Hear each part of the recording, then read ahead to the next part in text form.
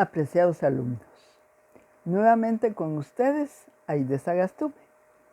El material que les voy a compartir lo obtuve en algunos estudios que recibí y considero que vale la pena incluirlos en este curso.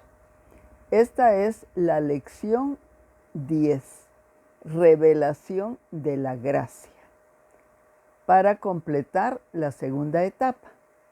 Comenzaré por definir qué es la gracia. La gracia es una doctrina que revela el amor de Dios. Esencialmente significa un favor extendido a quien no lo merece, o sea, recibir algo que no merecemos. Todo lo que Dios hace por nosotros se debe a su infinita gracia, porque como pecadores no merecemos nada de Dios. Y esa es la verdad. Vamos a ver cómo es que se revela la gracia. Y les voy a presentar 3 formas, que son las siguientes. Se revela por la soberanía de Dios, la salvación revela la gracia de Dios y por último, la gracia se ha revelado por el Evangelio. Veamos el primer punto, por la soberanía de Dios. En donde primero se revela la gracia es por la soberanía de Dios. La soberanía de Dios tiene que ver con su suprema e indisputable autoridad. O sea que su autoridad es suprema y no se discute. La gracia es la manifestación de su soberanía. Dios optó por ofrecer este favor al hombre, otorgándole la libertad de aceptarlo o rechazarlo, lo cual se ejecuta por medio de la voluntad, que es la capacidad de decidir sobre algo. Algunos le llaman libre albedrío, o sea que nos dio la libertad de aceptar a Dios o rechazarlo. Dios tiene misericordia de los que Él quiere tener misericordia. Romanos 9:18. De manera que de quien quiere, tiene misericordia. Y al que quiere endurecer, endurece. La palabra es clara. Bien, entonces reforzamos. De quien quiere, tiene misericordia. La gracia se ofrece a todos, pero solo los que la aceptan gozan de su misericordia. A los creyentes Dios mostrará en los siglos venideros las abundantes riquezas de su gracia, como dice en Efesios 2:7, para mostrar en los siglos venideros las abundantes riquezas de su gracia, en su bondad para con nosotros en Cristo Jesús. La elección de los redimidos no es por las obras. Romanos 11, 5 y 6. Así que también en este tiempo ha quedado un remanente escogido por gracia. Y si por gracia, ya no es. Y si por obras, ya no es gracia. De otra manera, la obra ya no es obra.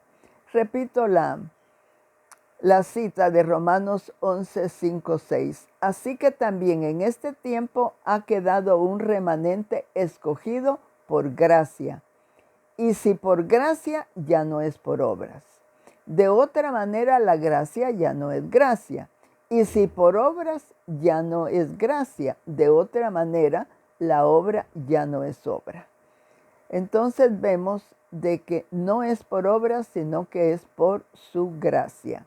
En Efesios 1:4 dice, según nos escogió en Él antes de la fundación del mundo, para que fuésemos santos y sin mancha delante de Él. Entonces hemos sido escogidos por su gracia. Veamos algunos ejemplos en donde a través de la gracia se manifiesta la soberanía de Dios, porque es el único que sus decisiones no son discutibles. Antes de la fundación del mundo, Dios escogió a los que habrían de confiar en Él. Por ejemplo, Dios tenía escogido a Jacob antes que naciera. Romanos 9, 11 al 13 nos dice algo muy interesante. Pues no habían aún nacido. Recordemos que Jacob fue gemelo. Su hermano gemelo era Esaú. Dice, pues no habían aún nacido, ni habían sido, ni habían hecho ni bien ni mal, para que el propósito de Dios conforme a la elección permaneciese no por las obras, sino por el que llama, por el que llama. Se le dijo al mayor, el mayor servirá al menor, como está escrito, a Jacob amé, mas a Esaú aborrecí. Quiere decir, esta palabra aborrecer aquí no es como de odiar, no. Se refiere de que prefirió a Jacob antes que a Esaú. Otro ejemplo es Pablo, Gálatas 1:15. Pero cuando agradó a Dios, me apartó desde el vientre de mi madre y me llamó por su gracia. Eso es lo que dice Pablo de él mismo. Al considerar la vida de Jacob, egoísta y engañador, a Pablo, perseguidor de los cristianos, y a Dimas, el malhechor en la cruz, indica que la elección fue por gracia y no por obras que les hicieran merecedores de la salvación. Por el contrario, todo lo que hicieron, pues definitivamente no fue bueno. Ahora, pregunto, ¿qué diremos de nosotros mismos? Que Dios nos escogió a pesar de nuestras obras. En segundo lugar, la salvación revela la gracia de Dios. La gracia se ha manifestado a todos para salvación. Tito 2:11, porque la gracia de Dios se ha manifestado para salvación a todos los hombres. Eso es lo que dice Tito 2:11. Repito, la gracia de Dios se ha manifestado para salvación a todos los hombres. La gracia solo vino por medio de Jesucristo. Juan 1:17.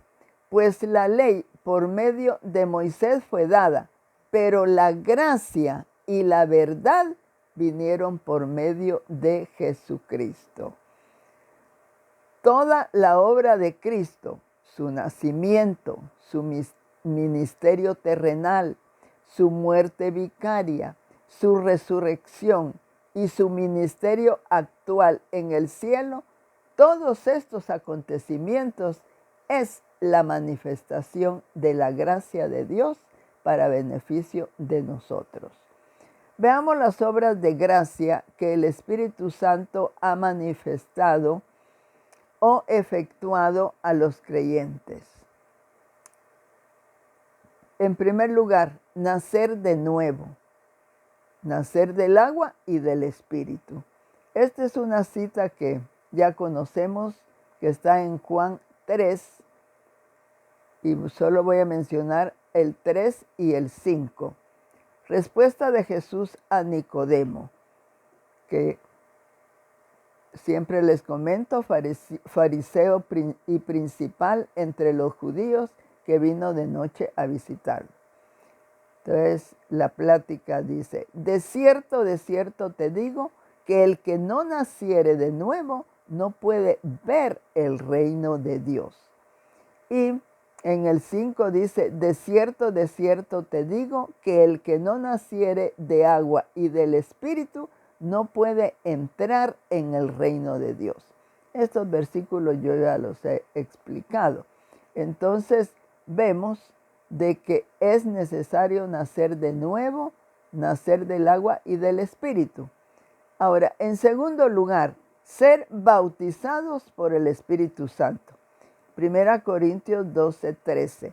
Porque por un solo Espíritu fuimos todos bautizados en un cuerpo, sean judíos o griegos, sean esclavos o libres, y a todos se nos dio a beber de un mismo Espíritu. Entonces dice que todos fuimos bautizados en un solo cuerpo, y esto fue por medio del Espíritu Santo. En tercer lugar, somos sellados por el Espíritu Santo de la promesa. Efesios 1, 13 y 14. En Él, o sea, en Cristo, también vosotros, habiendo oído la palabra de verdad, el evangelio de vuestra salvación, y habiendo creído en Él, fuisteis sellados con el Espíritu Santo de la promesa. Quiere decir que fuimos apartados, estamos sellados, tenemos un sello que nos identifica como hijos de Dios. En cuarto lugar, fuimos sellados para la redención. Efesios 4:30. Y no contristéis al Espíritu Santo de Dios, por el cual fuiste sellados para el día de la redención. Cuando nosotros tengamos que subir, que esa va a ser el día de nuestra redención, cuando verdaderamente nosotros, o venga Jesús por nosotros y nos lleve hacia la gloria, hacia el cielo. En quinto lugar, nos ayuda en nuestra debilidad e intercede por nosotros. Romanos 8:26. Y de igual manera, el Espíritu nos ayuda en nuestra debilidad. Eso es lo primero. Nos ayuda en nuestra debilidad. Pues, ¿qué hemos de pedir como conviene? No lo sabemos. Pero el Espíritu mismo intercede por nosotros con gemidos indecibles. Entonces, aquí hay dos cosas. Nos ayuda en nuestra debilidad e intercede por nosotros. En sexto lugar, mora en nosotros. Juan 14, 16 y 17. Y yo rogaré al Padre y os dará otro consolador para que esté con vosotros para siempre, el Espíritu de verdad, el cual el mundo no puede recibir porque no le ve ni le conoce, pero vosotros le conocéis, porque mora con vosotros y estará en vosotros. Entonces, desde el momento en que fue enviado el Espíritu Santo como el otro consolador, está aquí con nosotros y mora con nosotros. En séptimo lugar, está en nosotros y somos su templo. Miren qué interesante. Está en nosotros y somos su templo. 1 Corintios 6, 19. ¿O ignoráis que vuestro cuerpo es templo del Espíritu Santo, el cual está en vosotros, el cual tenéis de Dios y que no sois vuestros? Entonces aquí lo está expresado como una pregunta, pero nos está diciendo que no ignoremos que nuestro cuerpo es templo del Espíritu Santo. En octavo lugar, bautizados con el Espíritu Santo y está sobre nosotros. Hechos 1:5, Jesús les dijo: porque Juan ciertamente bautizó con agua, mas vosotros seréis bautizados con el Espíritu Santo dentro de no muchos días. Y en el 2:4 dice, siempre de Hechos, y fueron todos llenos del Espíritu Santo y comenzaron a hablar en otras lenguas, según el Espíritu Santo, y comenzaron a hablar en otras lenguas según el Espíritu les daba que hablasen.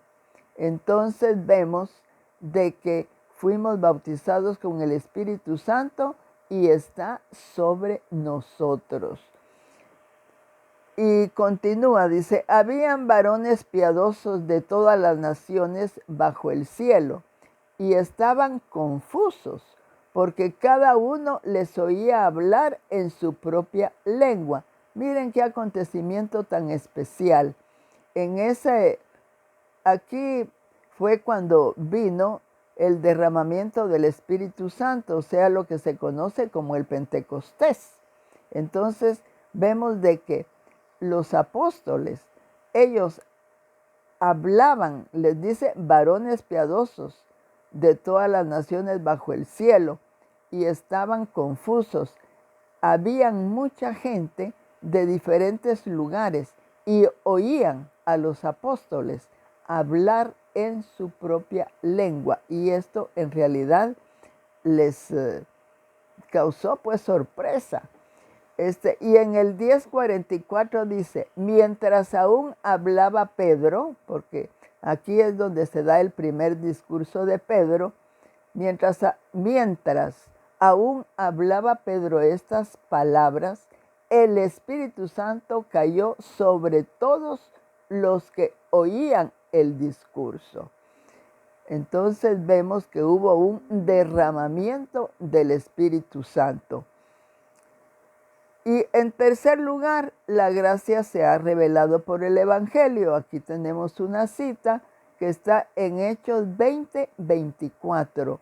Pero de ninguna cosa hago caso, ni estimo preciosa mi vida para mí mismo, con tal que acabe mi carrera con gozo y el ministerio que recibí del Señor Jesús para dar testimonio del Evangelio de la gracia de Dios.